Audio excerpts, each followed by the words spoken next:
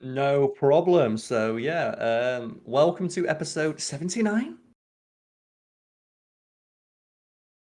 So episode 80. Well, that means my stream name is wrong. And as usual, yes, we are streaming this live. And I'm always, as always, joined by my friend Lucas. Say hello, Lucas. Hello there. And oh, I heard him. And Cade, And apparently. Cade, yeah. I love how he gets picked up on the microphone. Like he just every now and again you just hear the woo. It's fantastic. Yeah. So I'm I've once again as well changed up my recording setup because I'm not using a fancy camera this week, but I have got a fancy light. I bought new lighting for the office and I hmm brought one of them home to use. So now, hopefully, whilst I don't have a really good camera, I do now have good lighting, which helps. And also, Kate agrees, yes. Cade does. Lighting What is is. going on, Cade?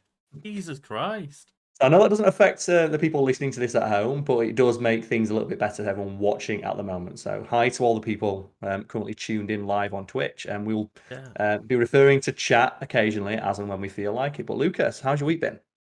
Not bad. Like, a bit annoyed though, because, like, I'm using the exact same lighting setup that A, you're using, and B, that I Mhm. use every week.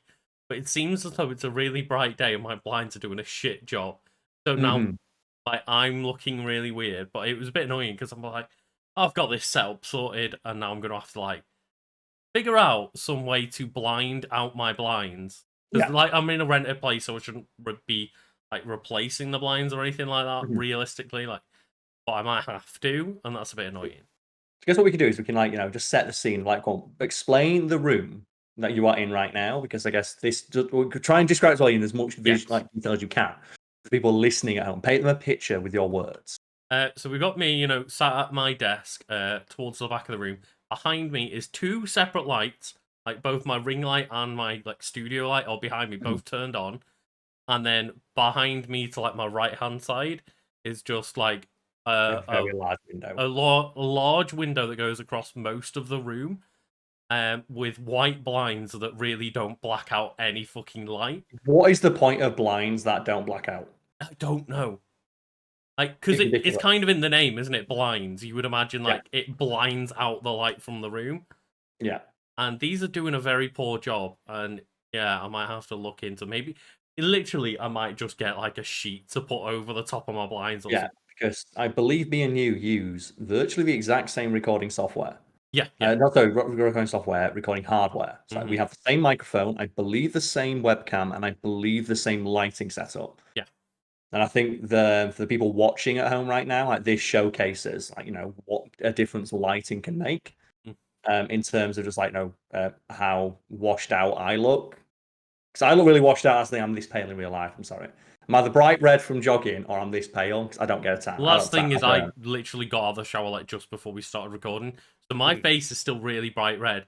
And now the fact that my lighting isn't making me look as white and light as usual makes my face look even more like red and dark, and it's like, oh god. Yeah, 'cause I normally look really pallid in videos because I'm stood in front of a green screen, and so you're getting the light from the green screen being reflected back. So it's basically green light shining on my face, which makes me look have a slightly green tinge to me, A little bit. which people have taken to mean like I'm really deathly ill, which I get.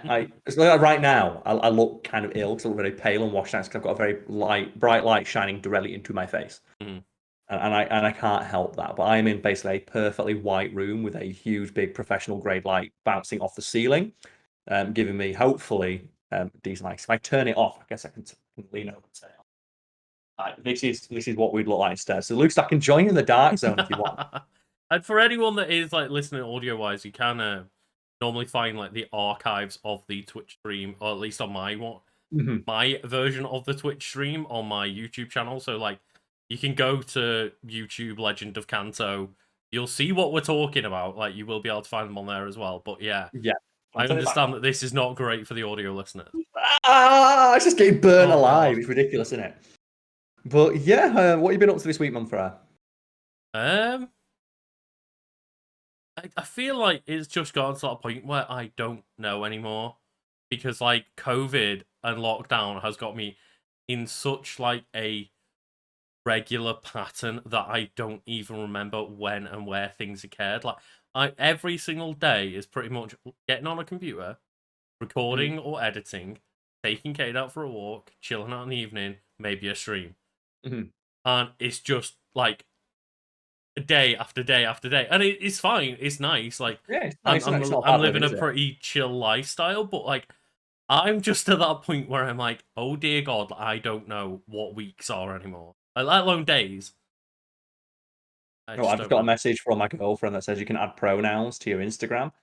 Change it. Do that so you can piss off bigots. I'll do that later. I have that at either the start or the end of my Twitter bio, and like I've got a couple of messages in the past like, why the fuck have you got pronouns in your Twitter bio? It's Because like it pisses to off people piss you like off, you. like yeah. Exactly. Yes, that's And exactly that's it. the entire reasoning I've heard is like to get a bit more on the serious side is to normalize the act of doing it so that people who need to put pronouns in there for various reasons will feel a bit more safe to do so, and they won't be Yeah, it's that thing. targeted for doing so. It's that thing of just normalize something that realistically shouldn't be a big deal, but a lot of people pretend that it is. Mm. Or not pretend it is, they act like it is, and it's not. It's like, fuck you, call people what they want to be called. Exactly, but it does get that plus little like side effect of pissing those idiots off. Yeah, so I'll be doing that very shortly. Speaking of which, something like, Instagram appears to be on it, just in regards to pissing off those kind of people. And like by which I mean like, bigots and just like random knobheads. Hmm. Because earlier today I got a spam message. Do you know the classic spam message you always get on Instagram of, hey there, click this link for this. So I'll fucking just block that account. Hmm. An option that you now have when you block an account on Instagram is block this person and any other accounts they may make. Oh, So I you like ban that. like I like so that. you block the IP address itself. So if they Hmm. try and make a new account to follow you and continue harassing you, it just gets like, why is that not standard on everything? Yeah, that is a really good update. Just Yeah. stop that person coming back in with like exact same username with number at the end added on one. Like, just why the fuck did you block me on my last account? Is that unblock again? It's like I'm not gonna want to Yeah. interact with you just because your name's a different thing. Like, why is that not an option on like everything? Yeah. I feel like it should be an option, like speaking of recording on Twitch. Like I will say, like we have on multiple occasions. I won't not say every stream, not even say every week, but I'd say every other week. Hmm. There is a person who will get banned from a stream and then come back in within a minute with a new account Yeah, yeah. to continue yelling. It's like, why is there not just the option to just ban the IP address? Like, so obviously Twitch can do it, but we don't have the option to do it. Yeah, And like that would be a real nice just quality of life update on, any kind of social platform. yeah, I feel like Block it should this be. username and anything they can fucking do thereafter. Yeah, it's like it's not the username, it's just the IP address. It's just like I don't want someone from that same household to be able to make another account. You know, it's the same person. Yeah. But speaking of which, like you've been talking like you've been just working. We've all been working from home now for about a year, Yeah. and very recently I started going back to the office. It brings us back to my week, and the office is now virtually like just set up. So you Yay. don't know. We have got a new fact theme office. It's in the same building, but it's quite literally moved up in the world. So we now Yeah. have windows. We have windows which you can look out of and get natural light in. I've spent a not consequential amount of money decking it out Mhm. for you guys. That's Lucas, Nisha, Brad, Adam. When he wants, like, for anyone who wants to come in when lockdown is lifted and you guys feel comfortable to do so. Mhm. And that's why I have this extra light because I ordered lighting and I thought, well, I can bring some of it home because this is my home office that I'm in now. Yeah. Split it between my home office and stuff. And yeah, today I went in to get the very last bits of furniture that have been delivered. Okay. And I did not realize I'd ordered a table because I just got a message. These lights have been delivered. Oh, they're lights, like they're pretty small. I Mm. can probably just grab them, take them upstairs. So I took a plant to the office because I've got a tiny little cutting of a lemon tree. I did So see that, yeah. I planted a lemon seed like on a whim. I think it was like having a can of Coke, put Yeah. some lemon in it. We got the lemon seed and just put it in a pot of dirt, and it started growing like a week. Like, wait, what? That grew? So I took a cutting of that and I brought that to the office. But I went in and they gave me like two packages, one of which was a table. So imagine now a flat pack table, and I've got to carry that like this bastard like this. And then they put the lighting on top, and then like the girl on the front desk put my little plant just on the top, and I'm like, and I nearly dropped that plant 3 times. I can't wait in a few months' time to just go into the office and Carl's like, Lucas, a small trees in the office. I don't know what to do with it. Like, Well, technically, it is a tree. Yeah. So it will grow into a tree eventually, but it takes like 5 years for that. So I thought when I'm working, just have a little plant right next to the desk. It's adorable. That is cute. I'm looking forward to that moment when you go, oh no. It's growing. I have to repot it. Yeah. We But had yeah, to do that the with our little, like, we had like a little, I can't even remember, maybe like a eucalyptus plant or something, just a little one. yeah, And it's just like, oh, well, we've got it in the pot it came in. What have we got that's bigger? Like, we don't have any plant pots and it's like dying. mug. And we ended up having like just a bowl from like a soup, just like a Yeah, plastic bowl from a soup, and it was like, that's a good wide soup bowl. Like, we'll just put it in that, and it was just like thriving in its little soup bowl. Like, yeah. yeah. Because there's another plant. We've got a bunch of plants in the front room because we've got planted herbs and stuff like that. But one of the things I did is we just had a spare plant pot, so I put a tomato in it, just like Joe, an entire tomato. Just chucked it in and then put dirt on top. I wonder if that'll grow. And then like now it's like this high, and we don't know what to do with it because like tomato plants like need so much space to grow. Yeah, that's And true. I'm thinking like should I just throw it? I feel bad, but we're not going to eat any tomatoes off it because there's no fucking way we can like get it to grow. But I'm just surprised I just put a tomato in a pot of dirt and it grew. I mean, nature's thriving, Karl. It is, yeah. Someone puts lighting is excellent now for a fridge and a table. We've got a mini fridge in the office. One of the first things I bought was a mini fridge and a coffee machine. And the mini fridge has already started to, like, I'm starting to put beer and stuff in it, but like I ordered like a 50-liter one. Oh, nice. And it looks like really like big for like just me being in there. Yeah. But I thought like when we've got like, hopefully a couple of months and we're all in the office, you've got 3 people there. So like let's say me and you get a meal deal and then Nisha comes in Mhm. and she wants to put like, her stuff. Like you need at least that much space. Then let's say we want to constantly have like bottles of water in there, like a couple pints of milk. Yeah. That sort of thing. It's quickly going to get used up. And as well as there's been times where, like, in the past in the old office, like, a few of us would go there as friends to, like, go and play games in like, a nice air-conditioned room and that. Yeah, and that's the idea behind what I'm going to do with that space. Because I've got like a couple of the old office chairs that I don't really know what to do with. I thought about getting rid of them, but I thought, well, if I get rid of them, what happens when people come over to play Smash? Yeah. So they're just good seats to just put people on. Mm-hmm. I just grab one of those and pull it in. But yeah, so the office is pretty much sorted out now, That's cool. and it's where I go now to just write. It's like try and like get that separation of work and home. Yeah, that's nice, yeah. And then Nisha's in the stream as well. Can't wait to do a big comeback stream in the office 'cause that's planned. We do Yeah. have a plan for a comeback stream. It's going to be like Guitar Hero or something like that. But the one thing I will mention is I bought a new green screen. Did you buy a And new green screen, Karl? yes, I bought a new green screen because people don't know. Like, what am I saying? People know. People know a fact fiend is a green screen, and it's the same green screen.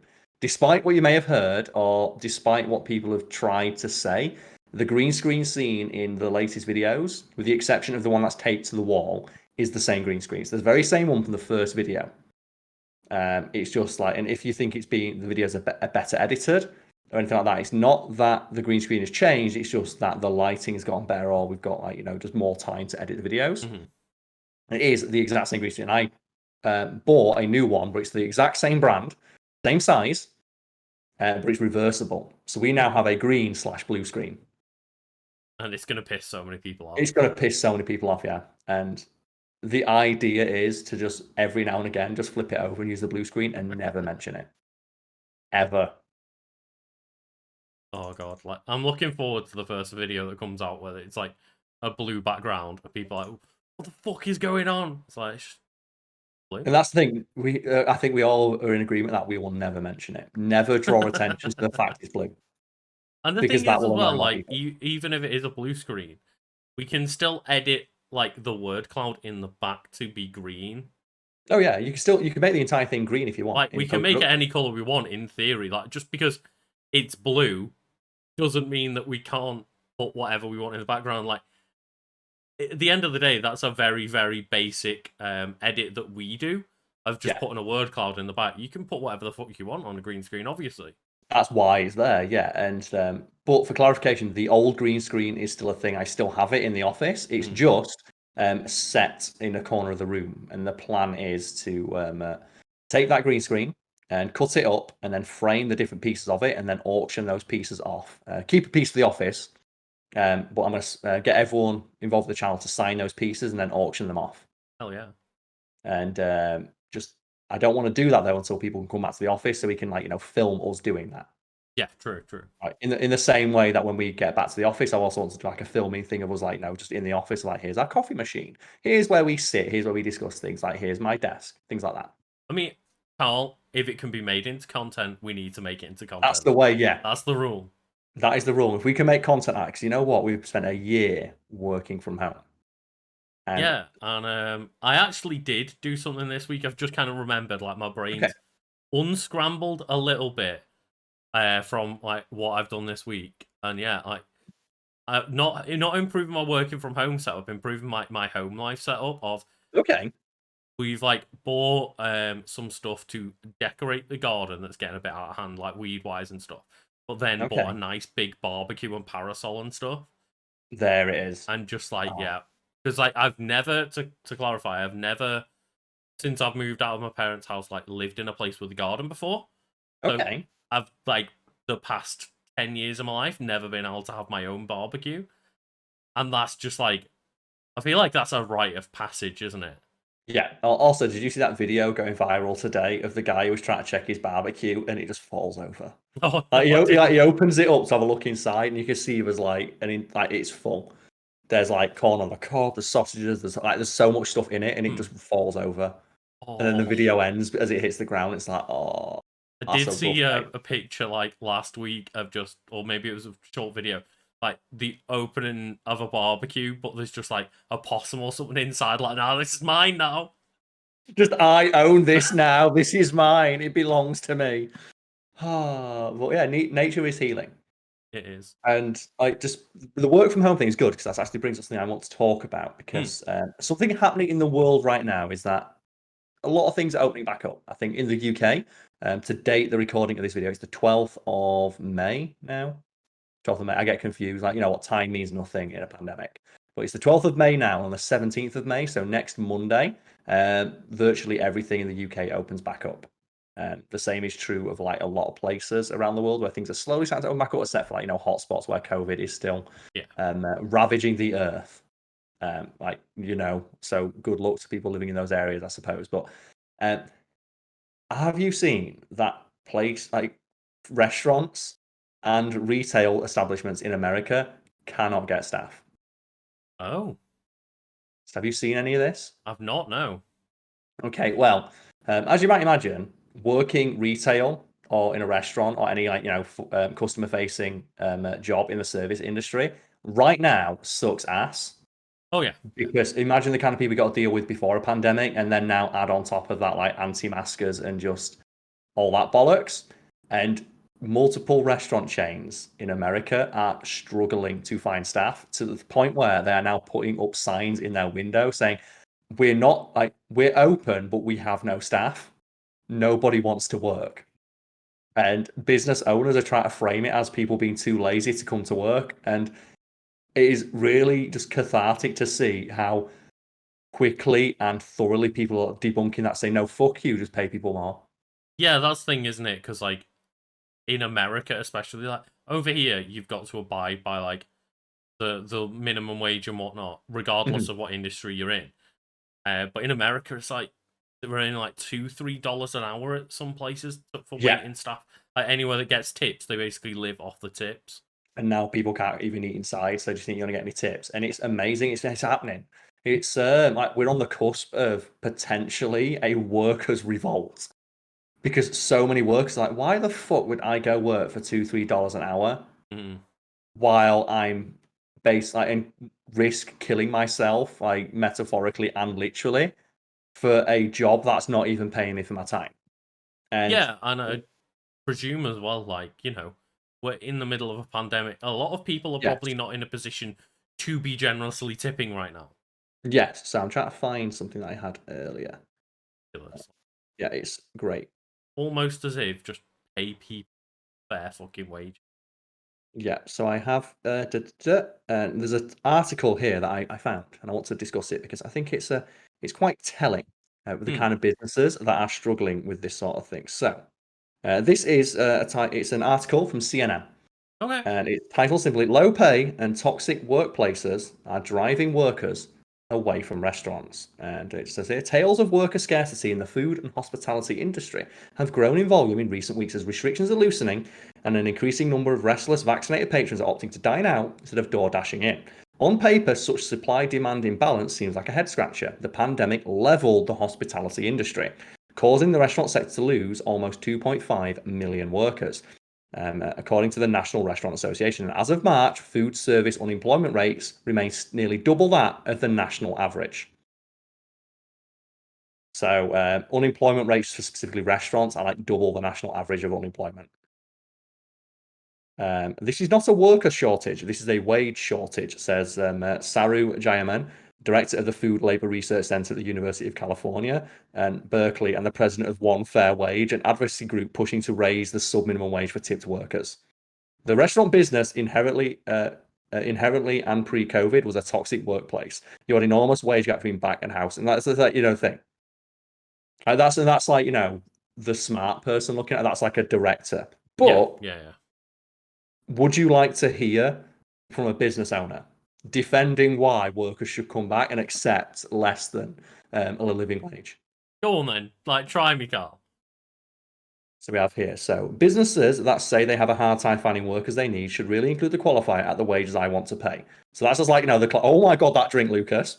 So for some businesses though, especially mom and pop shops like the Black Cat Bake Shop in Missoula, Montana, there's a ceiling to how much they can raise wages, said co-owner Christy Wick, who runs the bakery with her husband Jack. Considering that margins are as thin as pasty flakes, any increase in expenses would have to get passed along to customers, she said.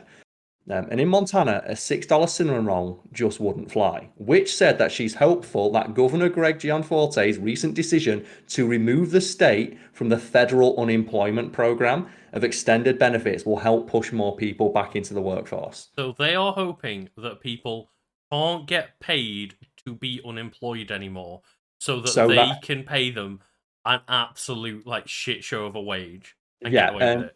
My favorite thing about that is they have zero self-awareness about that. It's like, look, we can't afford to pay people more. In response to like, well, if people you don't pay people enough, they literally can't live. Mm-hmm.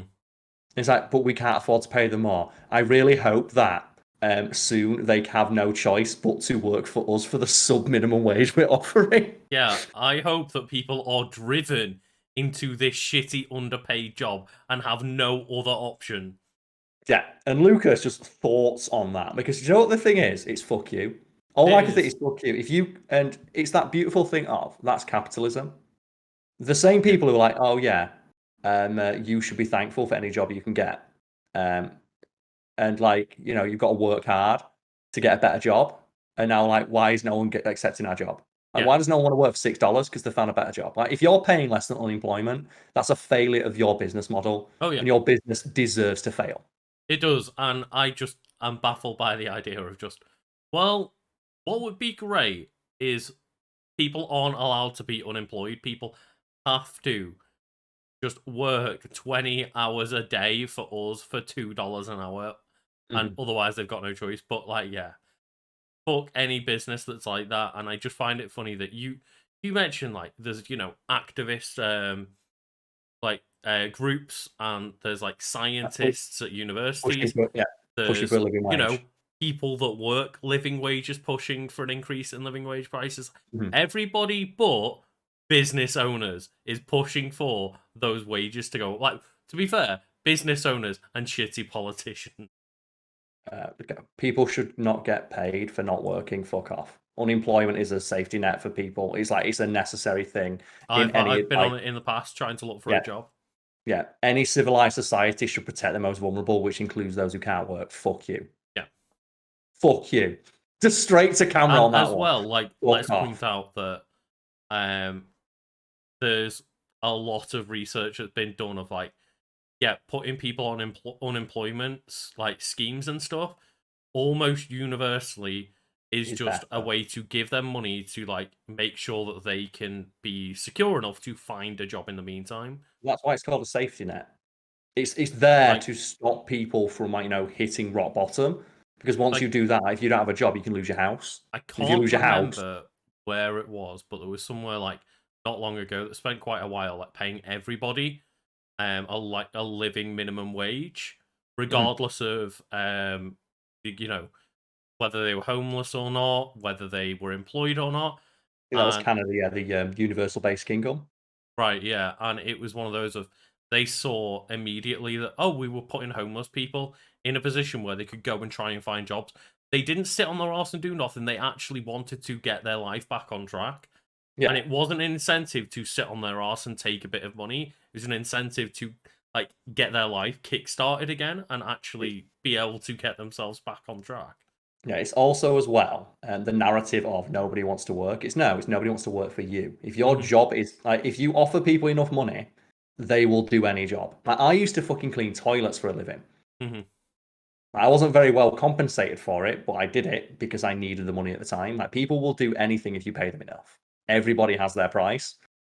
So it's like it's a completely moot point, but it's just really funny to see these businesses floundering. And like all you see is like just pay them more. No, there has to be a solution that involves us not paying people more. And then the yeah, argument of, oh no, but we'll have to charge $6 for a cinnamon bun. And then you look at In-N-Out Burger and stuff like that, and Costco, where they pay above minimum wage, and they still charge like rock bottom prices. yeah. Because it's almost like happy, content workers work harder and create value for your business, which can be passed on as users, passed on as savings to your customers.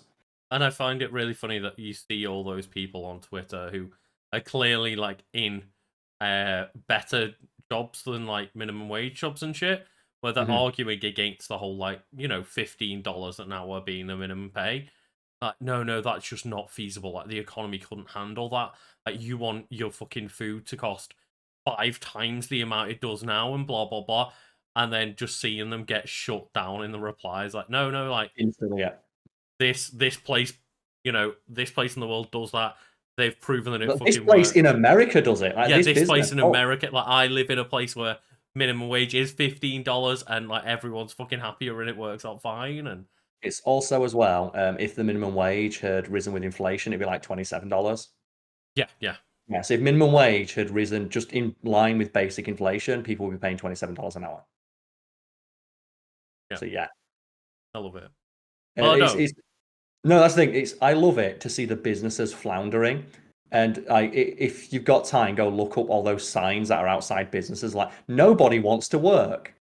And they're like trying to do it as that smarmy thing of like, why does no one want to work for us? Look, we're offering you jobs. It's like, no, fuck it, pay people more, knob. And then yeah, you'll go to the replies, they pay $4 an hour. hmm, It's like, why would anyone yeah. It's work like, for oh, that? they pay you $4 an hour, give you no healthcare, and will fire you at the fucking drop of a hat.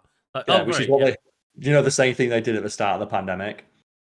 yeah. Would you have any faith that that business is going to value you as a worker? Well, that's the thing is, I had a couple of friends who lost jobs at the very, very, very Mm. start of lockdown in the UK. And then a couple of them were in a position where, oh, that company hired me back because, a couple of weeks later they started announcing plans for this is how we're going to try and make businesses work. We're going to go furlough, etc., etc. And all the scummy people that immediately dropped all their staff went, oh shit, okay, let's try and like scramble people back because when we reopen, we're going to have staff and have trained Mhm. staff. And admittedly, like the people I know that took those jobs back, like they did, But but they they took immediately those started looking jobs for somewhere back else. to immediately start looking for another job because fuck that company. Yeah.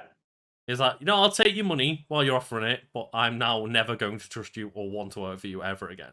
Yeah, it's almost like if you have a happy, content workforce that feels invested in the success of your company, that's a good thing. Mm, It's, it's amazing. And it's really funny to see these companies just floundering of like, what do we do? And there's just a thing that pay them more. No. Like, can we force people who are on unemployment to work for? No. It's like, fuck you. Fuck you. It's great. Oh, and maybe this system of absolute shit that we've been putting up with like needs to change a little bit. yeah. Maybe. And just when you see that, oh, I can earn more on unemployment than I could working a like 70-hour week at a restaurant, and it's like, oh, that's a failure. Yeah, of the company. Yeah. Yeah. But if you can't compete with standing on like and doing nothing, you're not really a very good business, are you? Like the whole point of a business is to be fucking competitive. Mm-hmm. But no, Carl, like being competitive means just driving your staff into the fucking ground. Yeah, and speaking of like just companies like floundering in for relevancy in this new world we live in, this new post, no, I'd say like almost post-COVID world, like this Almost. neo workforce that's like coming about. Hmm. There is also now a push to get people to stop working from home. And Lucas, as someone who's been working from home for the past year, it's pretty great in it. Yeah, for the most part. There's teething issues, but There's teething issues, and there's like parts of it that, are good and parts of it that are bad. Like, I don't miss having to get on a train to come and record with you. But at the same time, I miss recording in person with you guys. Mhm. Like, there are ups and downs of it, for sure. But like as the managing director of Big Wangers Incorporated, which produces all fact feed content, I've made it known to all the people working with us that you come back to the office when you feel comfortable. Mm-hmm. Yeah, And I feel like that's the best way to do it. But apparently, Lucas, not a lot of other businesses think that way. of course not. Because for some reason, businesses that are paid like 10-year leases on office buildings that have been stood empty for a year really think it's important for people to come back to the office, despite the fact that their businesses have been operating sometimes, like, with more profit, with people working from home, want people to come back to work. And that has led to several amazing articles. And I've got one here. This is from Boston Globe Ideas.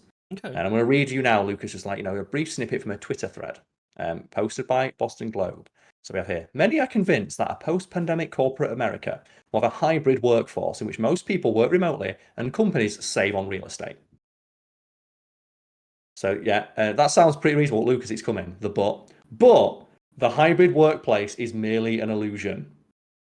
John Levy argues for 4 reasons. So I'm going to put these reasons out, Lucas, and then just feel free to respond to them when I've read them. So reason 1, the Allen curve. In the 1970s, because 1970s work culture is representative of 2021. Yeah, 50 Like years ago. literally 50 years ago.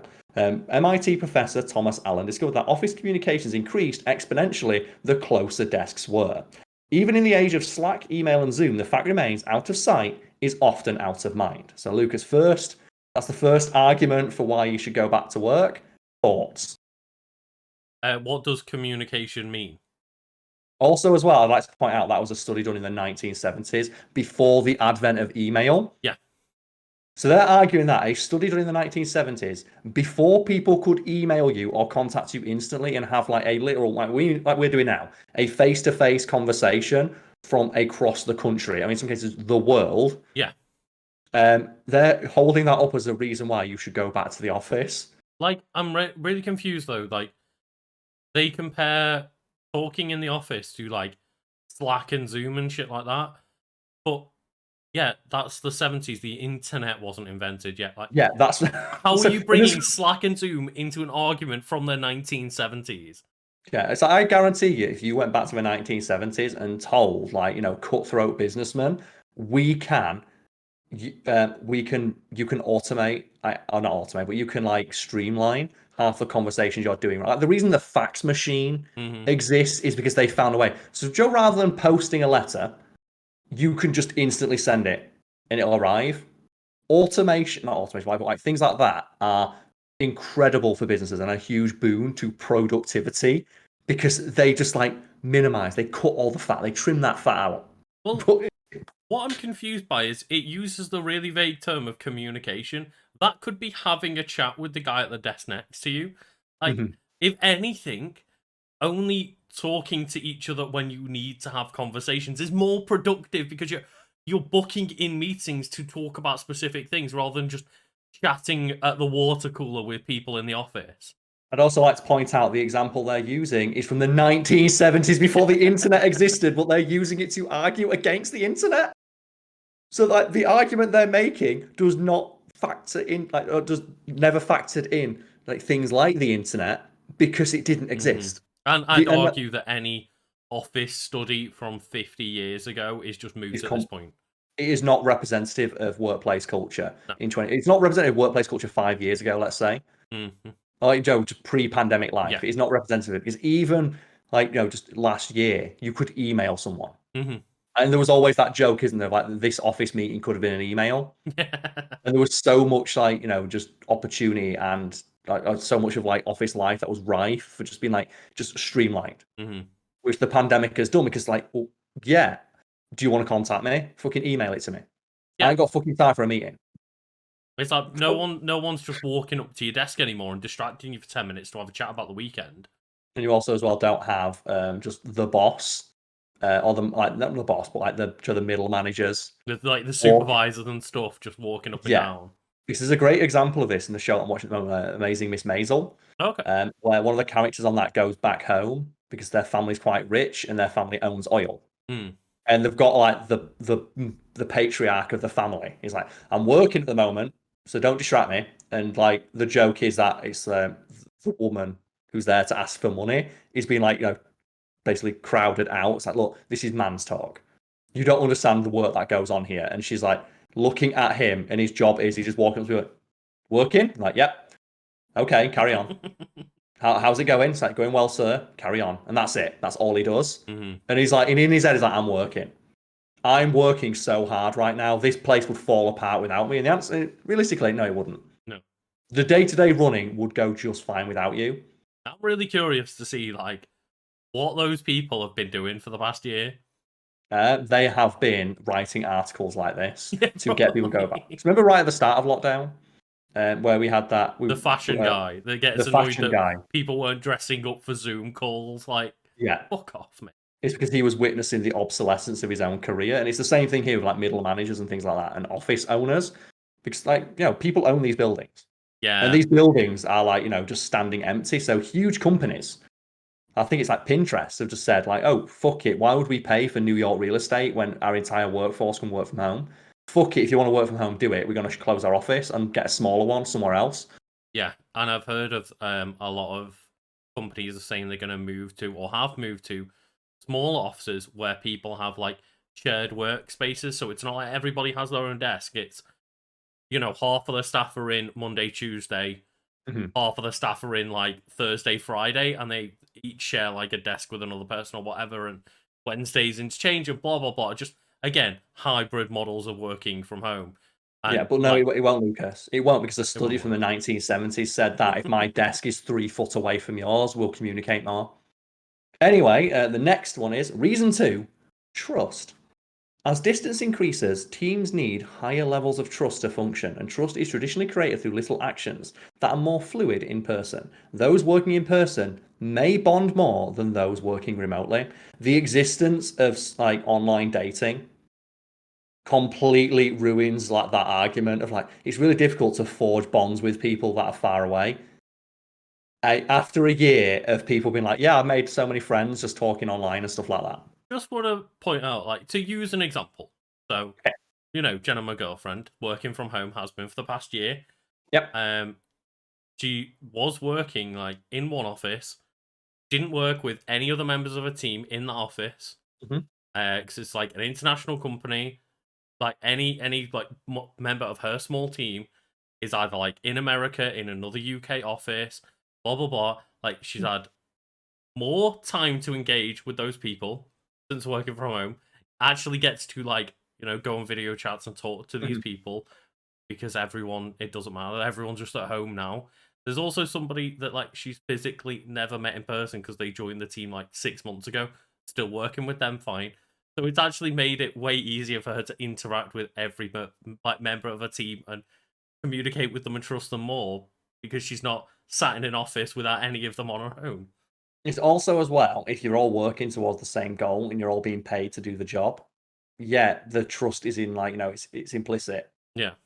Like, yeah, we're working for the same. Like, it's not. Also, as well, this reads like something of like, oh, I just miss office, like workplace, like culture. It's like, Mm. no one, anyone who misses that could fuck off. Yeah. So, oh, I just really miss going out for drinks at the end of the day. Says like the middle manager, no one wants to hang out with anyway. And like they're not a hybrid model is not taking that away. No, Because at the end of the day, if like you get told you can go in 2 days a week, like go in 2 days a week and one of those days meet up with but a few people after work and go for a drink. Like it doesn't matter. But there also as well, there's something known as weasel words. It's a term used to describe like words that give the illusion of authority when they're not actually saying. I also like you imply like a definitive statement when they actually don't. And the weasel word in this one is those working in person may bond, because that says like that doesn't actually tell me anything. Because I could say working in person may result in people falling down the stairs, because they're like it may result in people having fist fights, because it might. Yeah. Just because it might doesn't mean it does happen, but it's implied by they're trying to imply that that's the case. Like, They're Karl, there implying might be a correlation between like people working at the office and people dying more. There may be. yeah, We like don't know. they are trying to imply a correlation that does not exist and has no evidence backing it up. And that's not something you should be doing when you're writing for something as prestigious as the Boston Globe. Yeah, Like, I understand that point of like, yeah, maybe when you're writing an article to like try and argue how the entire industry and like world should be working, maybe have some actual like statistics to back your that argument up. that are not from the 1970s, and that's one of those Not things where 17. I'm aware of how media is constructed and how headlines are constructed and how like you write in the journalistic voice, because I did like it's not really a minor, I guess, but I did a module on like journalism. I studied it for a couple of years as part of my course, and I'm aware of the existence of weasel words and like how bad they are, because that's the thing, that the reason they're so dangerous is because a lot of the time they fly under the radar, Yeah. and that's Like not when you something a said lot of that people pick sentence to up me the first time, like, yeah, it did kind of just fly under the radar. until I point out may. Mm-hmm. They're not actually backing up anything they're saying. They're making a correlation, a spurious one that has no evidence backing it up. Then we have. Would you like reason 3, Lucas? Go on, yeah. Okay, so reason 3: working from home can be too convenient. So commuting gives us time to process our days, let our minds wander, and God. explore our ideas. Additionally, office life forces transitions and breaks throughout the day. And Lucas, this is the picture they use for that. Does anyone in that picture look like they're having a good day? And I'm Like, presuming that's what, like, the picture of an underground. yeah, there we go. Yeah, Yeah, that's a there we picture go, of a yeah. subway in America. Look at that guy in the front. Look at the black dude with the headphones. He could not give less of a fuck. He is not He's like, processing his day right now. that's the thing as well. Like Lucas, like commuting gives us time to think. It's like fuck off. Karl, how would I process the editing I've done if I don't have to, like, get on a cram Bravo. train home? But what's so funny about that is like the argument they're basically making is we want you to spend more time you're not being paid to think about work, thinking about work. Mm-hmm. That's the argument there. And you know what? Fuck that. If I'm not being paid, I'm not fucking working. And that's the exact same thing with when companies normalize having like work phones that you've got to keep on, so that Yeah. you've constantly got a device like in front of you reminding you, oh, here's your job, here's your right here. Oh, see those emails coming in, like your job, it's right there. Yeah, and I've not experienced this in regards to office life, because Mhm. my only experience by that is like just working temp work and stuff like that. So it's not really representative. But when I worked in the restaurant industry, and I've like talked like multiple times before about my old boss being like, "Oh yeah, you have to turn up 15 minutes before a shift for a briefing," and I just every single time we'd have an argument of, "Am I getting paid?" Yeah. No, and I'm not turning up. And they would argue with me, and it would always devolve into like just them shouting at me, like, "Look, Karl, you need to come in for 15 minutes. Mhm. Like, you need to have this briefing, otherwise you can't work." And like, am I being paid? No, then I'm not fucking coming in. And I understand the argument of like, you know, you can't arrive in the building when your shift starts. You have to be ready Yeah. to start your shift. When your shift starts, you should be ready for your shift. So I'd Because say yeah, always at like, the end of the day, they shouldn't be paying me to get ready for work because I'm not working yet. But if you expect me to turn up 15 minutes before my shift technically starts, you know, ready to go, get a briefing, that's work. That's a yeah. job at the end of the day. It's like there is always that thing implied by like, travel time to and from work. Even like working from home, there's still like, a 5-minute break where you like walk to your PC to turn it on. Mm-hmm. That's implied, that's expected, that's an accepted part of work. Like you can't be paid for literally every second you are working. And I think some But companies like do give compensation for travel travel time and stuff like that. And I think or, a or a lot of fuel people allowance. do Yeah. argue that yeah, like travel time should be included in pay, and I can see arguments for and against that. But Yeah, but like, the 5 minutes of me walking into the building, putting my shirt on and going up to the thing. But mhm, I remember just like it came to a head eventually where I came into the restaurant 'cause I just so happened to arrive like 20 minutes early because I was in the area. I just finished like meeting somebody or something like that. I can't remember if it was when I was at university or not. yeah, 'Cause, like, this is how long ago and how hazy everything is. But I arrived at work like 20 minutes early and I was in my uniform and I sat down. mhm, And they said, "Okay, you ready for a briefing?" And I put my headphones on. Just out of principle, I am not working yeah. if I'm not being paid. And my boss just fucking went off on one. And I just stood up and I noticed that our big manager was in. And our big manager, Deborah, was a no nonsense fucking woman. She did Mm. not like deal with any of that. And I just walked over to her very matter of fact. I asked her, Deborah, um, if I'm not being paid, do I have to work? And she went, "No, Carl. No, you don't." I'm like, "Can you please explain that to Blanche?" And just motion over to my boss, and she just scurried back into the back office. And I never got bothered about it again because I was so pissed off. I don't blame you. Yeah, Yeah, 'cause she's like, "If I'm not working," I just asked her, like, "If I'm not being paid, I'm not working, right?" She said, "Well, of course not, no. And if you should always be paid for any work that you do," and just looked over. Can you tell her? yeah, and like fair play to as mentioned, like I worked for Nando's for several years, and like Mhm. anytime I'd get in a little bit early or stay a little bit late, it like always be make sure you clocked in.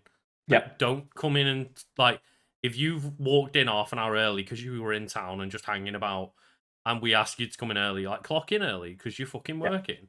And I talked before as well, like the American influence, because I've only worked for one American company, and that was the Hilton Hotel.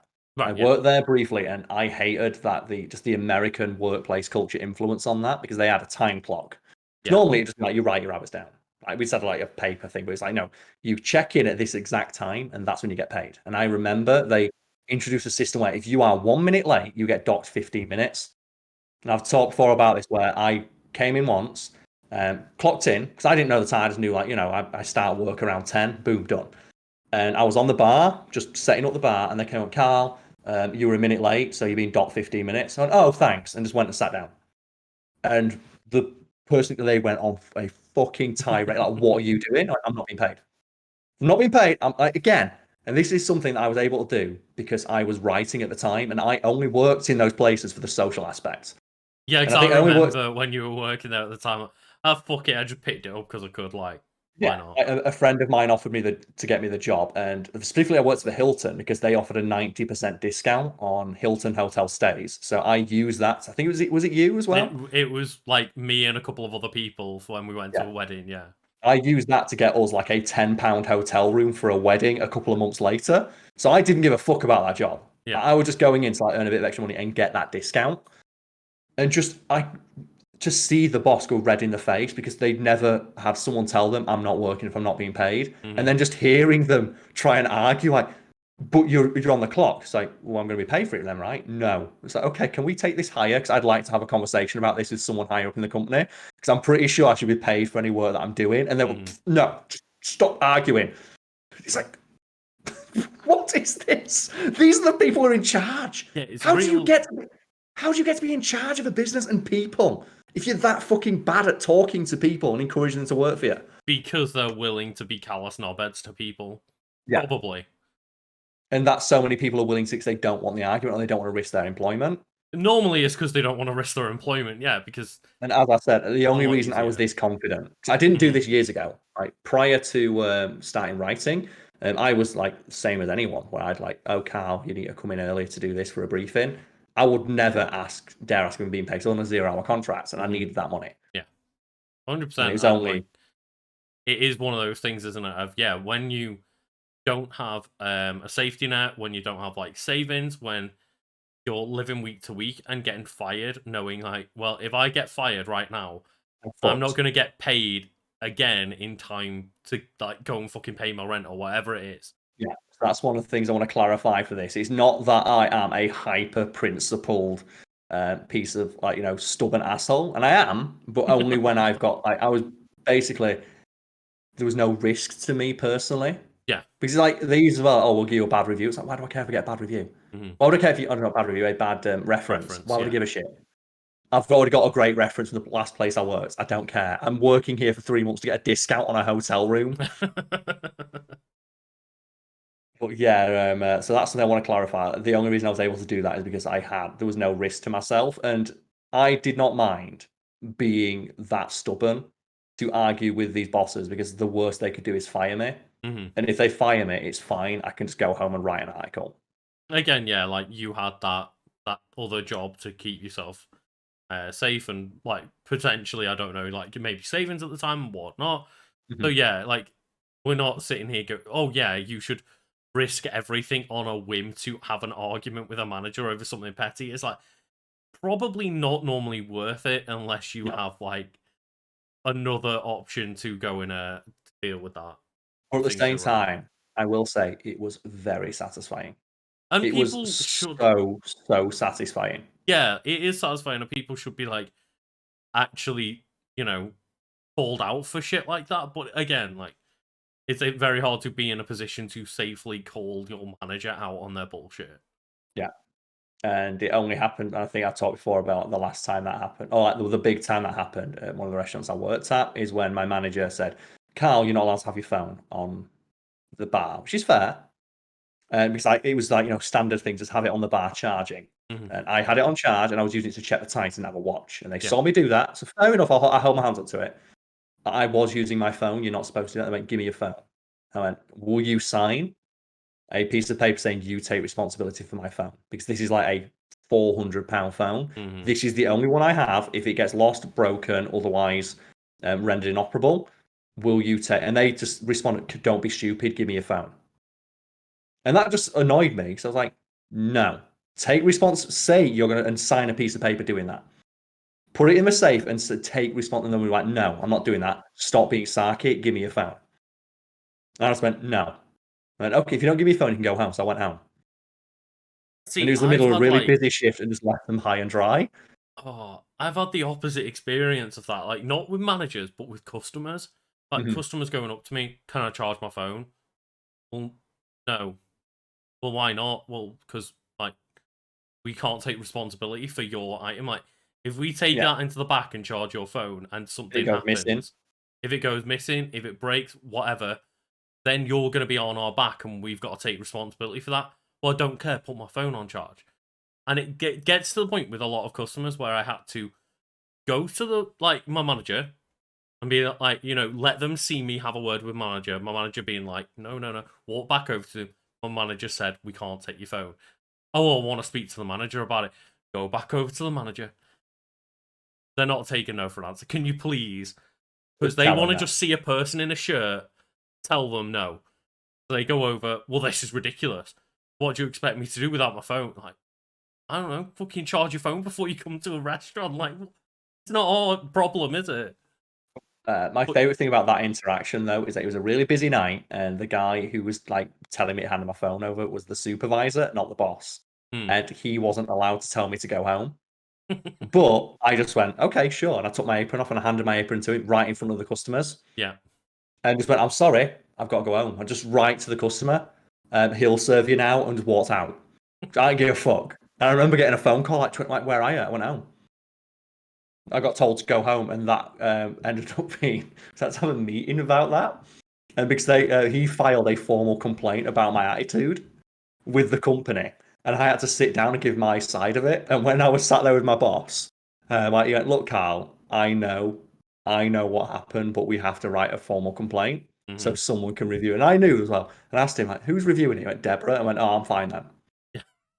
And he asked me, like, "Okay, so Karl, why did you talk back to your supervisor?" And I just said, because he was being a prick. Hmm. I can't write because he was being a prick on this paper. And I went, yes, you can, because you've got to quote me. And I said he's being a prick. He was being a prick. And I really disappointed I never managed to get a copy of that because I wanted to frame it on my wall because it just said, Karl responded when asked why he told the manager no, because he was being a prick. Oh And god. nothing ever happened. Yeah.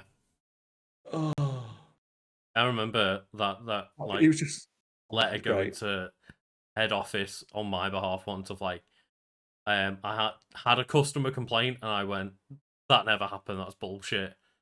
It's like, all right, okay. I was on shift, I know that it's bullshit, but I need to send a letter up to to head office Hmm. with your name on it, with your like note of accounts. But they just walked into the room and was like, we've had a customer complain like X and Y really bad things about you, Hmm. and we need to send a letter to head office. And I'd been there for like 6 months and was like, oh no, like I'm getting fucking fired. And then a minute later, my supervisor's like, no, I saw what happened. Like, I know that didn't happen. You're fine. Yeah. Just calm down. But I was just like that moment of like, yeah, we've had this really bad complaint, and we're gonna send like it up to head office with your name on it. It's like, And then you realise, yeah, no one cares. yeah, But I like, just thought that was just, oh, I just like that. Well, no, why did you do it? Because he was being a prick. mm, God, like you Uh, must have been a fun guy to work with, manager. the thing is, like, my manager, I've taught that restaurant. That's the one where I had 3 managers, 2 of which liked me because I was a good worker, and if Mm, they were nice to me, so I didn't mind working for them.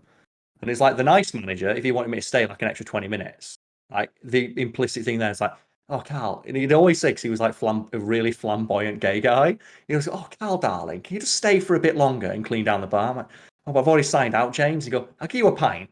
And I'd all go, you know what? Yeah, I'll stay for 15 minutes and clean like the coffee machine while he just like does some filing, mm, get a pint, and then go home.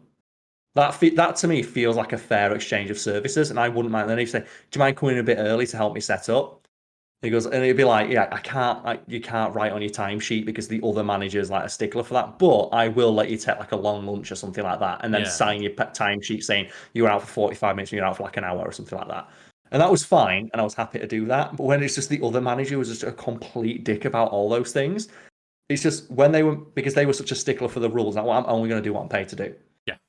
Like when it was, Carl, could you out and get some milk? Nope, I'm not allowed to leave the desk. Can you make me a coffee? Nope, I'm not allowed to do anything other than my job. Mm-hmm. There'd always be like, you could get free coffee if you work there, but they cracked down on getting free coffee because I was making like fucking coffee for everyone and Yeah, just giving it away. It's like, fuck yeah, it costs us nothing. No, you're not allowed to make coffee for staff anymore. So I just like, I'm not making you one then. Your staff.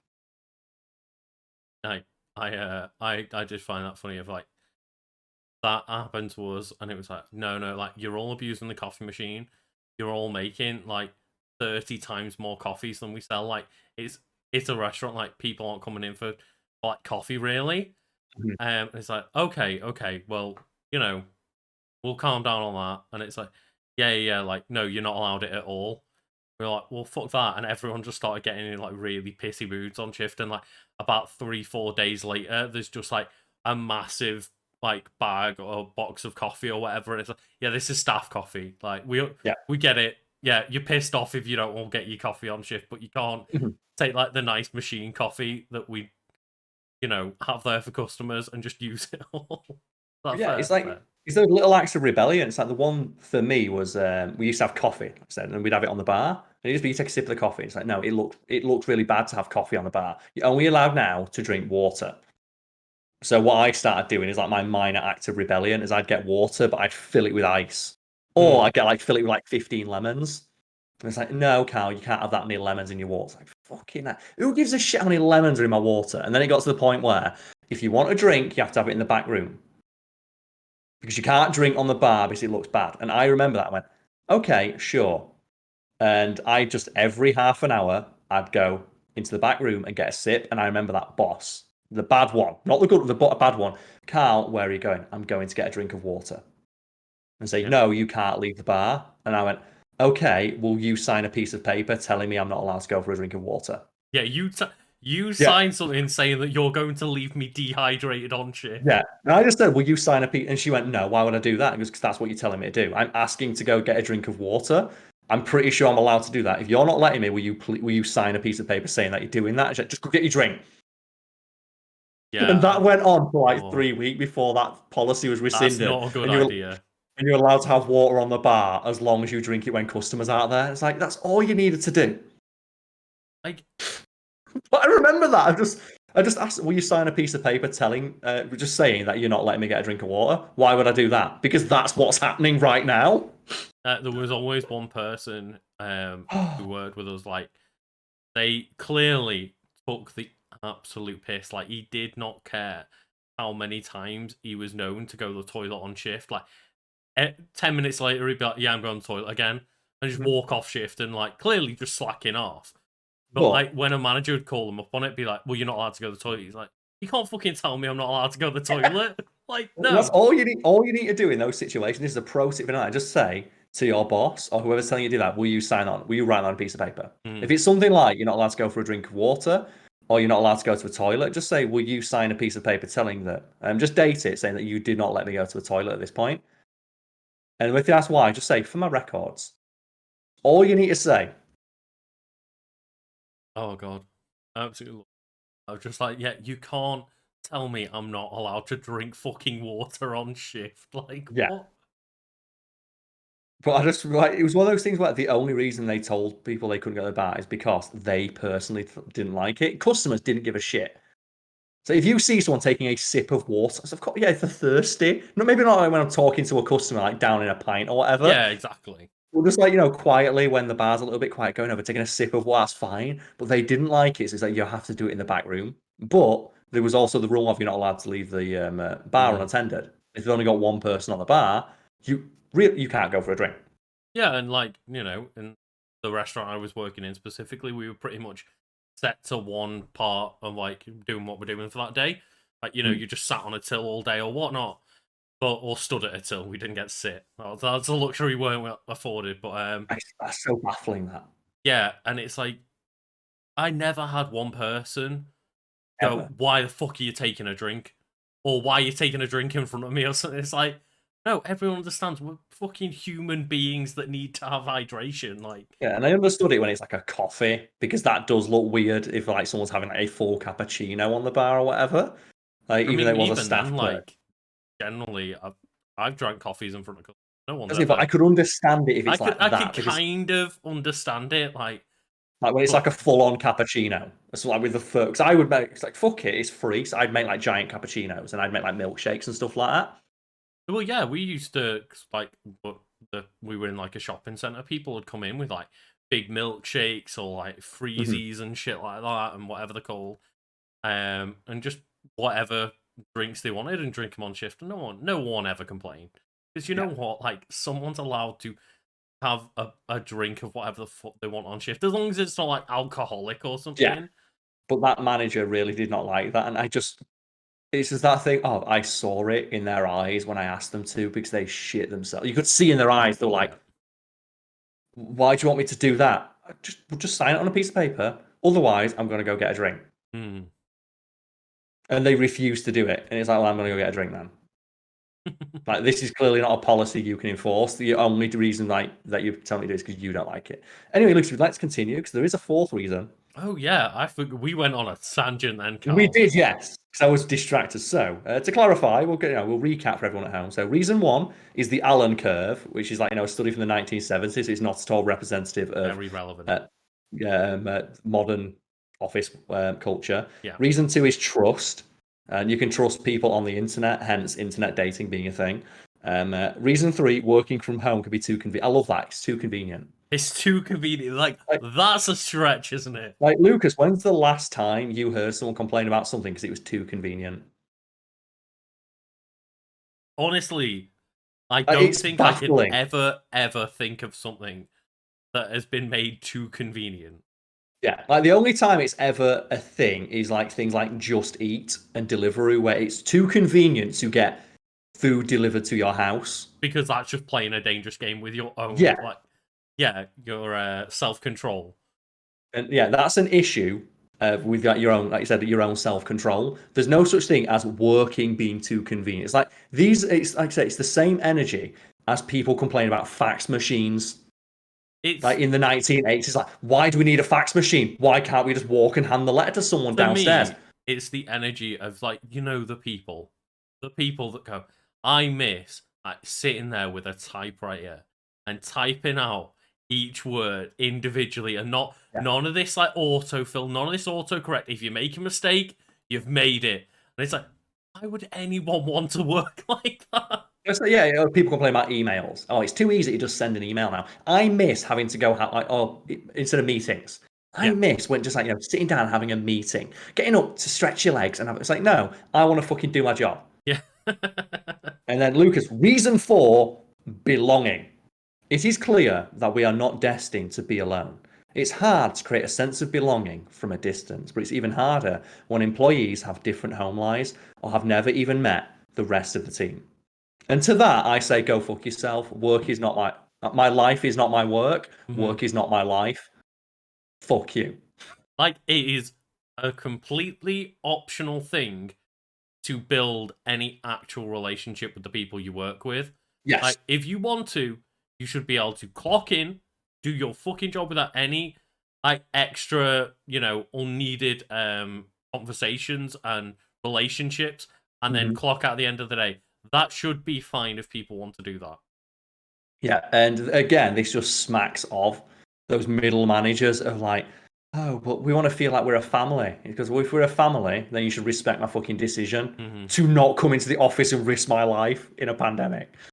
Like just the things they're saying, like, oh yeah, it's great to have that 2 hours commuting, and the picture they use is people on the commute fucking hating their life. Yeah, they've took like a picture of like a New York underground that's just crammed like sardines just in a tin. Just, well, I guess I'm loving this like commute to work at Yeah, rush hour on the fucking London tube, it's just getting like no one. crushed into the fucking station. Like, And the thing is, you read that, and the kind of person writing that as a 10-minute commute mm-hmm. because he owns a company or whatever, and he's like 10-minute commute. It's like yeah, he's romanticizing like oh yeah, you get to think about like your job. It's like that Amazing Onion headline of like fucking moron thinks he can get work done on train. And it's like the guy with a laptop on a train, and it's like no, that's not how work life is. Anything that can reduce that is welcomed. Exactly, yeah, But and like all of those awful commutes. Yeah, some people need them for the job that like they might live in an yes, area far away or whatever, but like it shouldn't be like your a entire fucking life. necessity. Yeah, and if you can circumvent it, why the fuck would you not do that? Yeah, But exactly. Lucas, all that talk of bathroom is we want to go for a quick bathroom break, You which go for I it, can go. do because I'm the boss You know of what? Big Wangers Yeah, Incorporated. I'll do the same. So we'll be back in 2 minutes.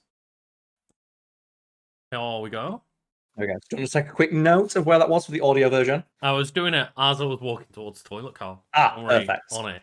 I don't need to clap or anything like that. So yeah, we're back, and I apologise for that bathroom break, but we can just just continue end this thread and this train of thought Hmm. just with a question posed by Boston Globe.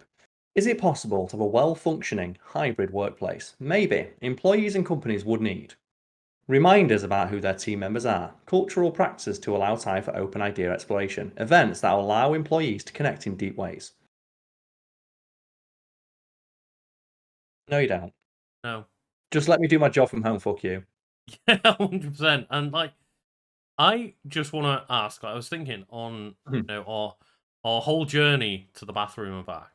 Yes. Because it was quite simple and convenient because I'm working from Yes. home. Absolutely. Yeah. I was just thinking. So we have essentially been working from home or working like a hybrid model as long as you've had an office. Yeah. I personally have been going into the office for most of lockdown, with Yeah. the exception of a brief part where I brought everything home, and that's my choice to make.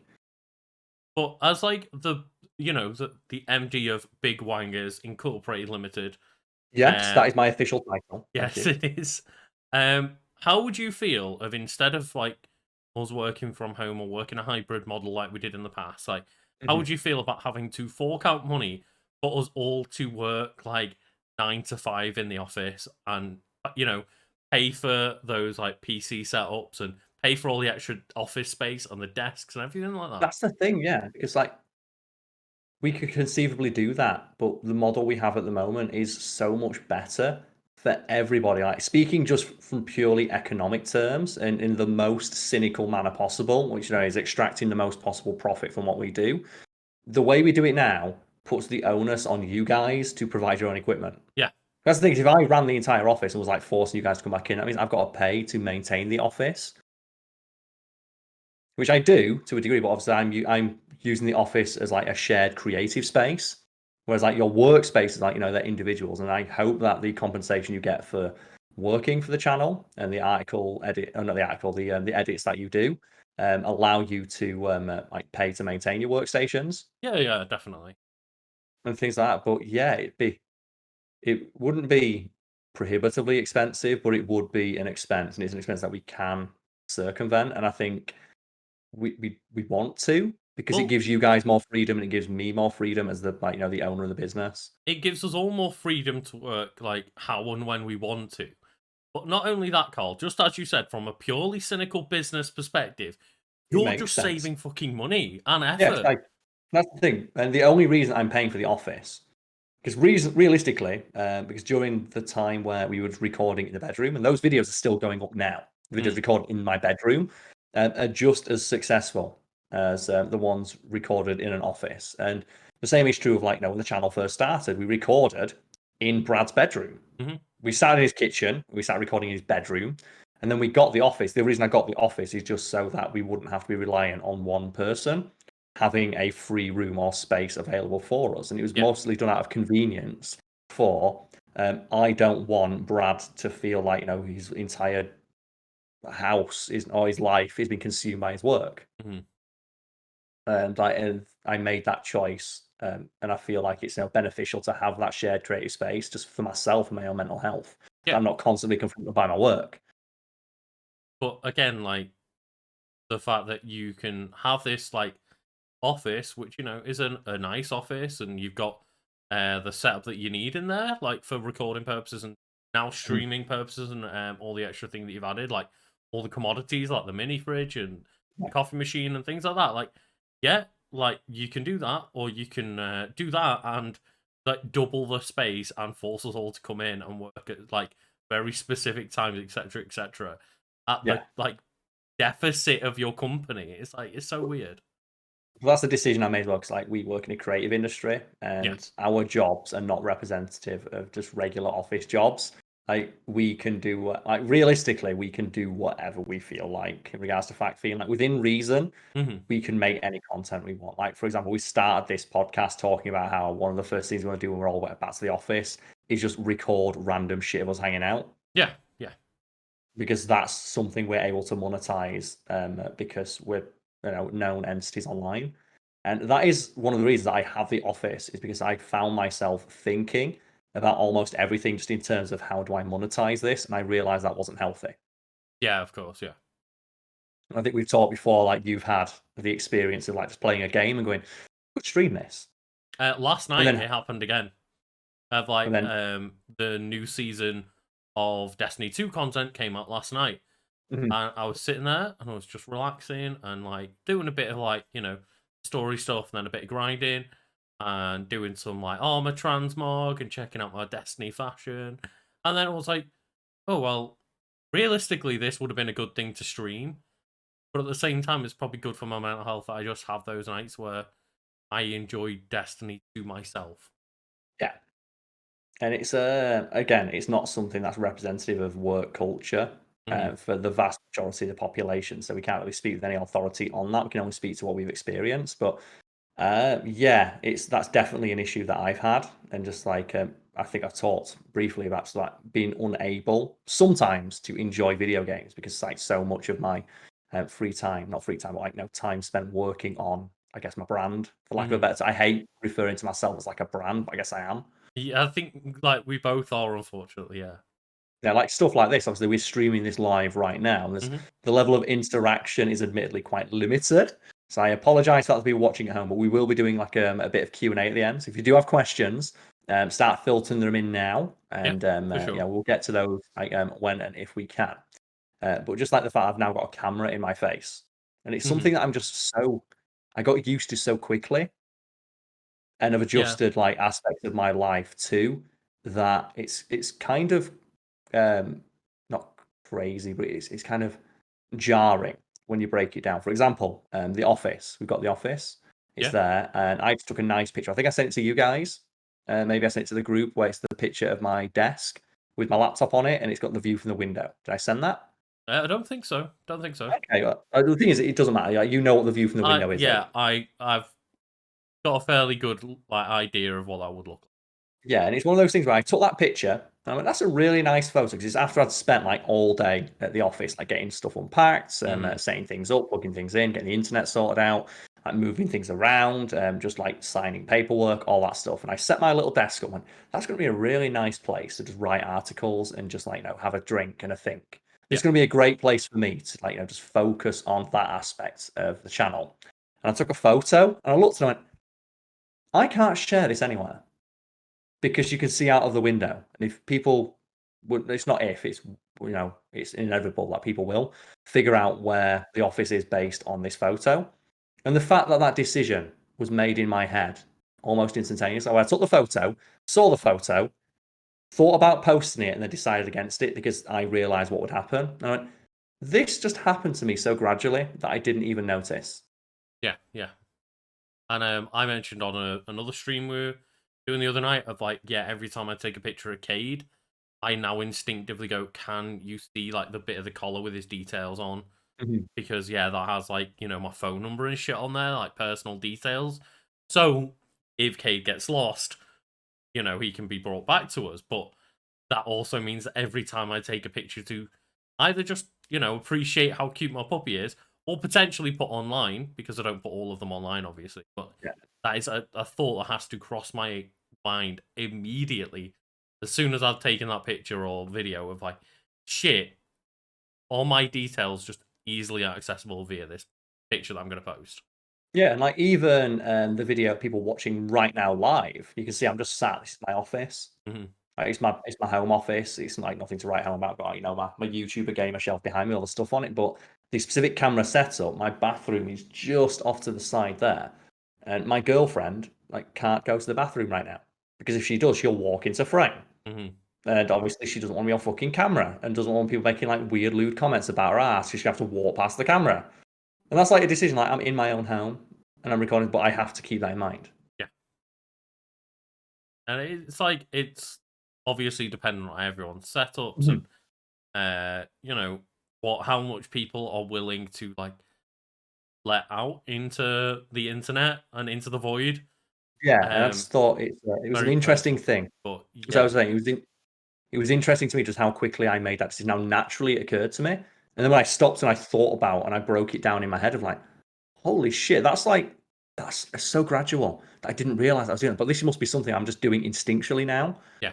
Like I'll post photos and things like that. Or like for example, the other day I was wearing some sunglasses and I took a photo of myself and I realized oh, I'm wearing sunglasses. You can see the reflection in the sunglasses. And I had to double check what's the reflection in the sunglasses because people might be able to see out of the window and know where I am Mm. and know where I live from this photo. And if anyone's going to think that sounds ridiculous, there are confirmed stories out there of people tracking people down from the reflection in their eyeballs Yeah.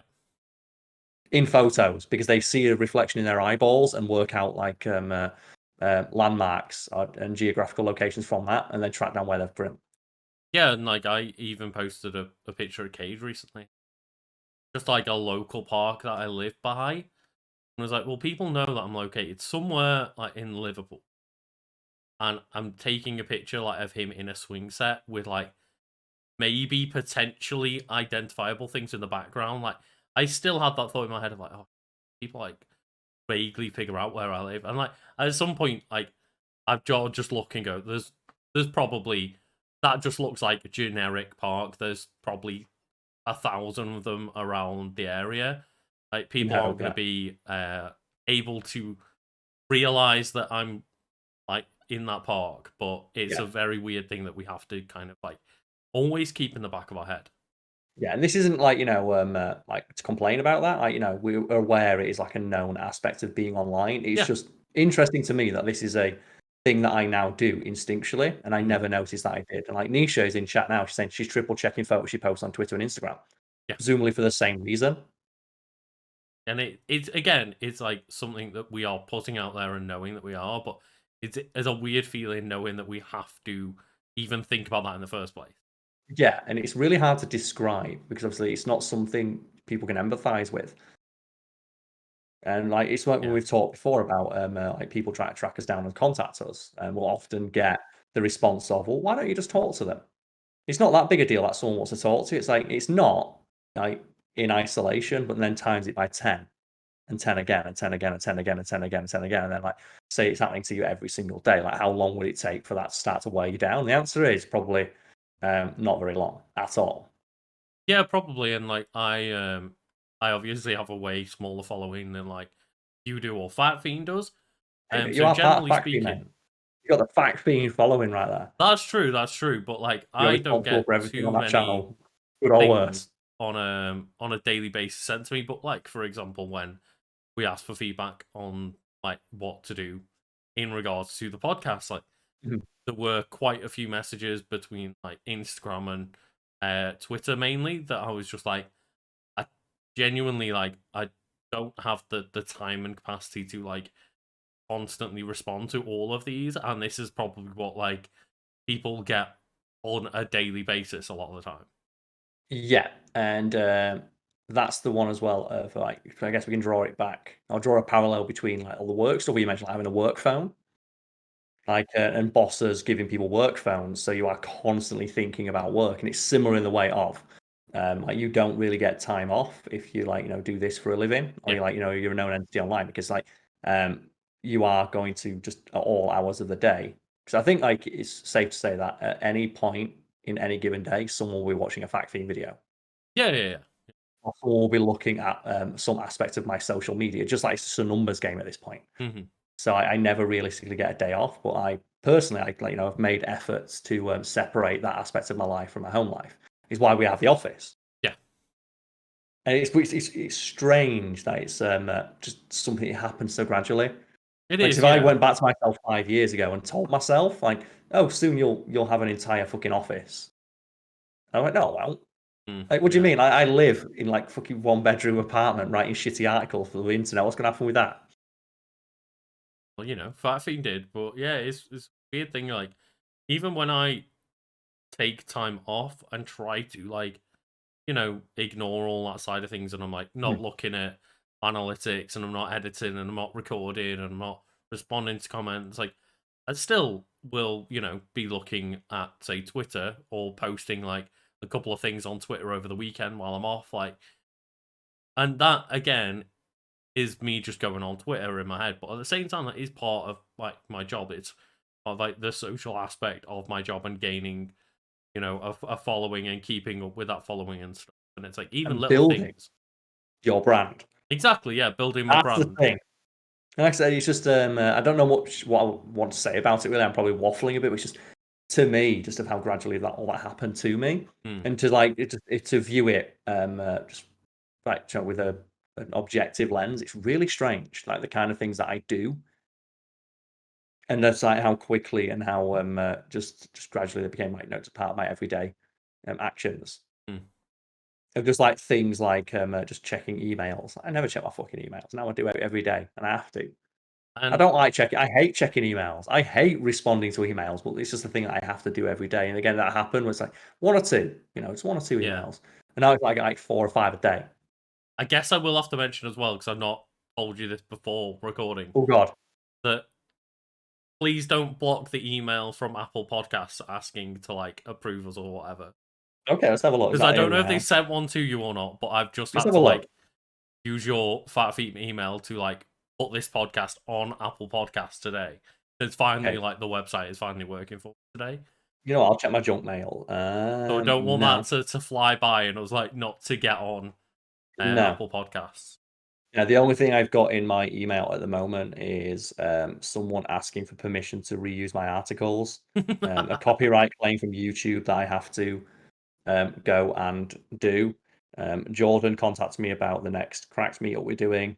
My office contacted me about the final removal of all the stuff that's left in the old office, 3 sponsorship offers, and 2 parcels that arrived today. Fair, So fair. that's just today, and that's all shit that I've got to do on top of all the other stuff. It's like, ugh. Oh no, Carl. Owning a business is tough sometimes. It really is. It's like, you know what? My life is so fucking difficult. It's Like not. I It's keep not saying great. that to Cade. Because like Cade will just I say it sarcastically. yeah, like I obviously understand that, and hopefully the viewers, the listeners do as well. But it's Yeah, when like we make these complaints, it's been done in jest. We understand and appreciate the success that we have, and we're very, very thankful that we're yeah, able to do this for a living. But that doesn't mean there aren't minor issues with it or like gripes that we have, as you would yeah. with any job. As with anything in life, and obviously, like I sit here and go like, oh, X and Y, but you know, my life is 100 times easier than it was working at Nando's, and I'm having a lot more fun doing my job, and I'm compensated better for my time, and just At like, least you yeah, can a go to the lot toilet. better. Go to the toilet when you want and drink when you I want. can go to the toilet in the middle of a podcast, yeah, and You can. it's just funny because I keep saying to like Cade, like, "Oh, you've got the hardest life, don't you?" Because he'll like come up to us and like whine if we're working, and like, Yeah. "Oh, but you're not playing with me," like dropping a toy at our feet and whining and looking at us, and it's like, "Oh, you've got the toughest life in the world, don't you, mate? Like, I'm really sorry that we have to be working, and right now you're upset that like we're not playing with you." I always used to like my old dog. It's like when she just like look at you like you'd shot her because Yeah, you were eating McDonald's and not sharing it with her. It's like your life is so hard, isn't it? it's so tough. It's Like, so oh no. tough. Your food and wants and like everything you want is taken care of, and food is literally just dropped in your like mouth. And like, you know, it's like he gets a treat every day, like a healthy treat every day. He gets a walk every single day. Like, yeah, his food just gets dropped off. All he has to worry about is like eating, pooping, and sleeping, and he's there whining like, "Oh no, my life is so hard."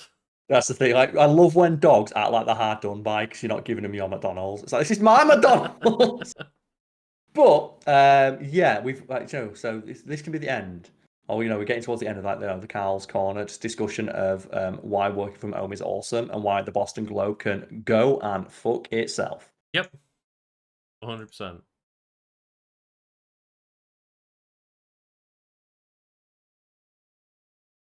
Oh, Well, that was awkward. what's say Lucas is disappearing. Oh, end of the podcast done. Yeah, yeah, like just end it now, Carl. Immediate. So So I accidentally clicked on the wrong thing on Discord because, like, you know, we've all Discord been can be there. a bit of a nightmare, and it just like took me. I was checking if on my Discord there was any questions left in there for this week, Mhm. and I accidentally, instead of clicking on like the text channel, clicked on the voice channel, and it just immediately cuts Doo-doo! my call in this, and it's like, oh god, no. That was incredible. Yeah, but speaking of which, so if anyone in my chat has any questions, ask them now. We'll go through them next. This is the last podcast we're going to do Q&A, yes? I believe that's the plan. Yes. Yeah, because you've set up a separate email address for people to direct questions to. Yeah. So I will drop the link in like the description for the podcast as well. Mhm. You can find, well, you can email the email address like karlscornerqa at Mhm. gmail.com. Look at that Gmail like holding up. So if you There want to we ask go. any questions for future podcasts, you can email Carl's Corner QA at gmail.com, yes? Yeah, so there's no like apostrophe in the Carl's Corner. It's just No. karlscornerqa at gmail.com. And what the plan is to collate those. And as we mentioned previously, we will be doing like a Q&A monthly podcast for the subscribers that we get. Yeah, so like because normally when we do Q&A like right now, it's at the end of a podcast. So we've already talked for like an hour and a bit. Mhm. So we can't often go into as much detail as perhaps we'd like, and probably like the people asking the questions would like. And maybe people can, because it's not like a quick fire thing at the end, people can have a bit more time to like think through questions, get a bit more in depth with questions, like figure out silly game questions for us to do or something like that. I don't know, Yeah, but just yeah, ask like things that are a bit more in depth than just having it sprung upon you and yeah, everything. And we, exactly. by the same token, we can go into more in depth with the answers and try to answer them as clearly and succinctly as we can for people. Yeah, 100%. And like we'll just be going through those, and not everything that gets sent to the email account will be read out during that podcast. Obviously, like We do your can't best to commit to come that up now. with something interesting. We're not just going to answer what was your favorite video every single podcast like Because that we that would do. get very boring for the people listening and for the ourselves. Because I'm already sick of answering that question. Yeah. It gets asked every single. I think I guess that question like 2-3 times a week. So that might be another thing to keep an eye for on your Gmail, is like Spotify approving us to be allowed like to have the subscriptions and stuff like that. Yeah, and I'm presumably going to leave that open for like a week or two, or you'll just keep tabs on it, and then once there's like a sizable number of questions been asked, then we can record that. Yeah, and the plan is like to hopefully, when we've got the subscriptions rolling and stuff like that, I figure out how Apple Podcast subscriptions work and Mhm. etc. Like we can do hopefully a monthly one, so that you're subscribing monthly, you'll get one per month for subscribing. Like hopefully it'll work out that way. And figure it Yeah, out. and regular episodes will not be impacted because you know what? I have fun shitting on crappy articles put out by just desperate companies of like, please just allow us to keep shitting in your mouth like we did before the pandemic. And you're like, no, No, we're not gonna shit in your mouth anymore. and No yeah, that's sharing memes. Oh, someone asked, no sharing memes or videos. No, you can. We're not going to read them, it's very and hard presumably, to on an audio podcast read out a meme or video. it's also that thing of we don't care. Yeah. Because I'm not sure about you, Lucas, but as part of your daily rounds on part of my daily rounds on the internet, I will check the trending tab of Twitter and have a brief scroll down Reddit just so I know what the internet is talking about, because it's just an easy way to keep abreast of internet culture and what is currently, the topic of conversation. Just to be Yeah. aware of that. Yeah, pretty much So every day I'll give a 5-minute scroll of like trending on Twitter and front page of Reddit, as you say, and just like just have to a try and keep quick abreast. look at what the fuck is going on today. Yeah. Yeah. So if there's a hot meme or current trend online, we're probably aware of it. It's just we don't really have anything to say about it. 'Cause you know what? I'm 30 years old, and that's a fuck it.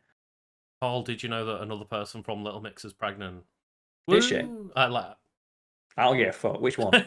I don't know the names. I know one of them left and two of them are pregnant. So I don't know, but I've met them all.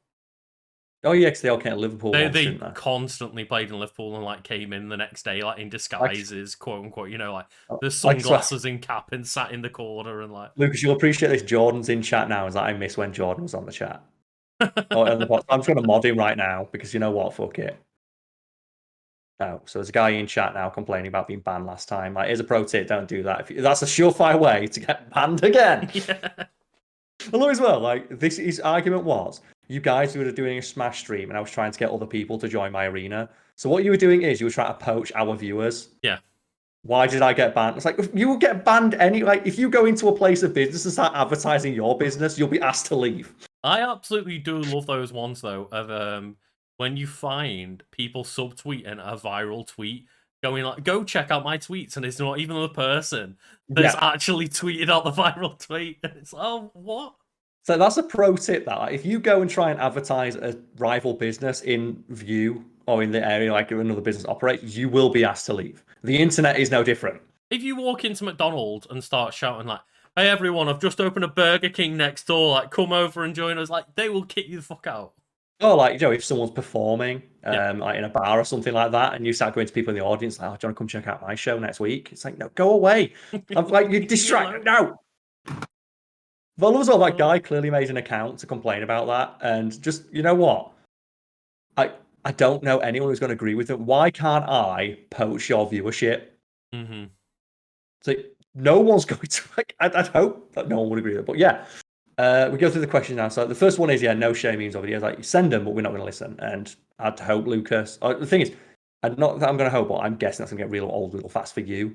Yeah, 100%. You're the one who's going to go through these and like filtering them because obviously I will be paying you for this and giving you a share of the subscription money that we make. But like, Mm-hmm. yeah, just please just if you just ask a question, ask nice questions like like this question, which is, how has our day been? Pretty good.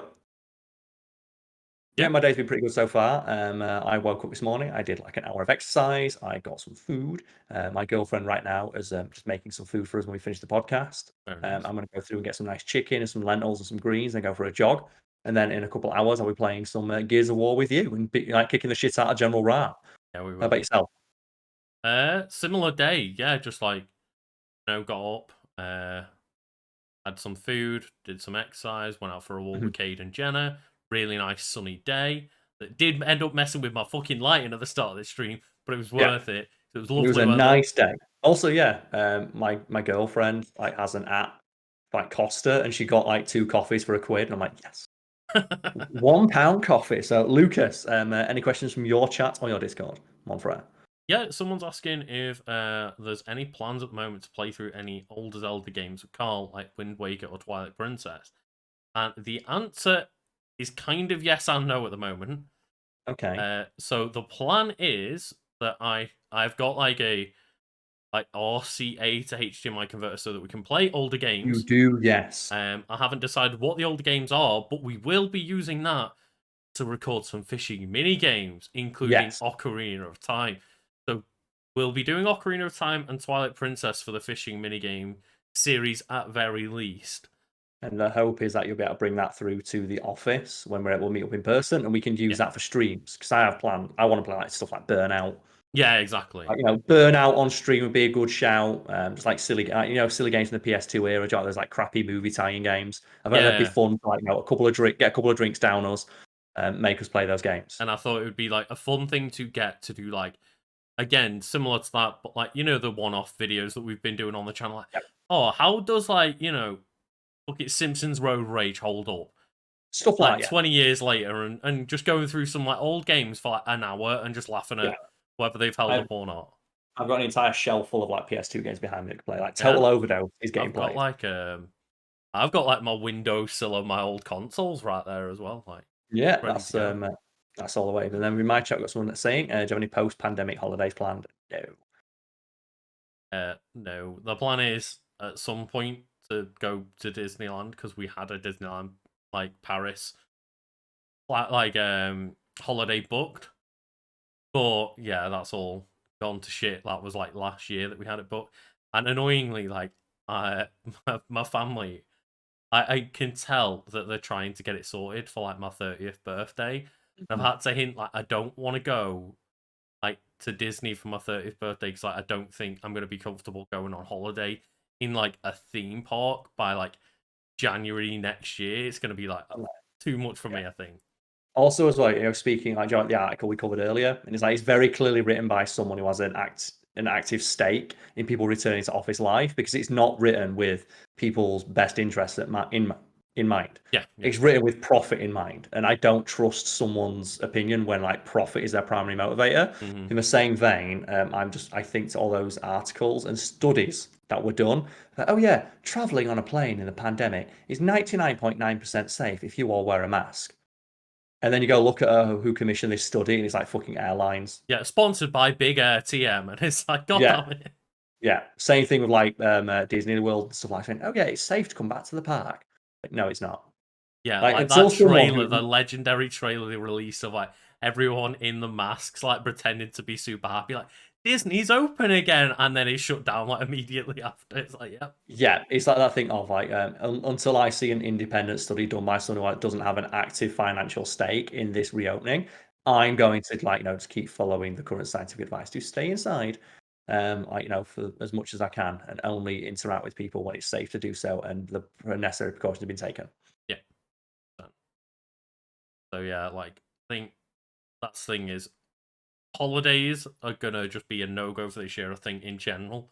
But the idea of like going to a theme park of all places is like I want to wait because you do not want to feel like cramped and uncomfortable with thousands of people just like surrounding you at all times right now. Like that is gonna take some getting used to again. Yeah, closest I'm going to get is seeing parts of Britain, but that'll be just like a friend of mine who's vaccinated and can drive us, and we'll drive somewhere remote and go for like a day trip, maybe, or something like that. Yeah. That's the closest I'm getting to that. But yeah, I'm not traveling anywhere until I'm fully vaccinated, and there's not a risk of just fucking dying from a preventable disease that people are not taking seriously. Yep. Any questions in your own chat, Lucas? No, nothing else in my chat at the moment. Nothing in your Discord? No, nothing in my Discord either. And see, this is why we're doing the Q&A streams.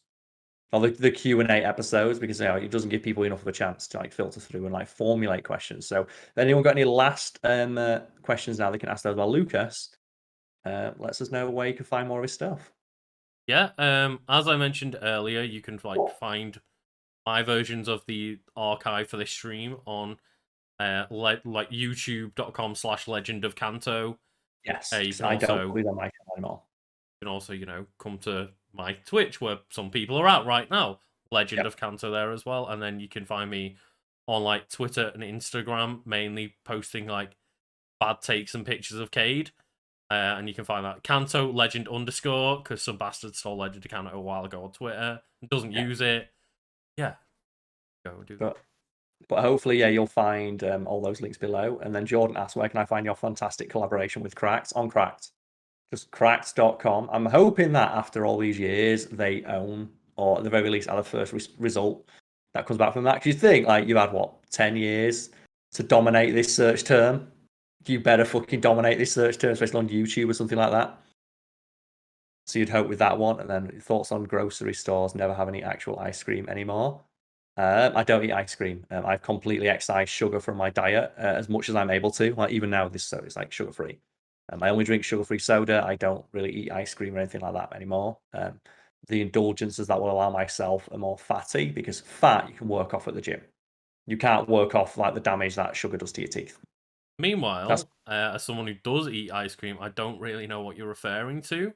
Ice cream there's so much of it. Every time we go to the store, my girlfriend's like, there's like 15 different new Ben and Jerry's flavors. Yeah, Please get me out of this shop before I buy them all. I see plenty of ice cream in shops of different varieties, and like,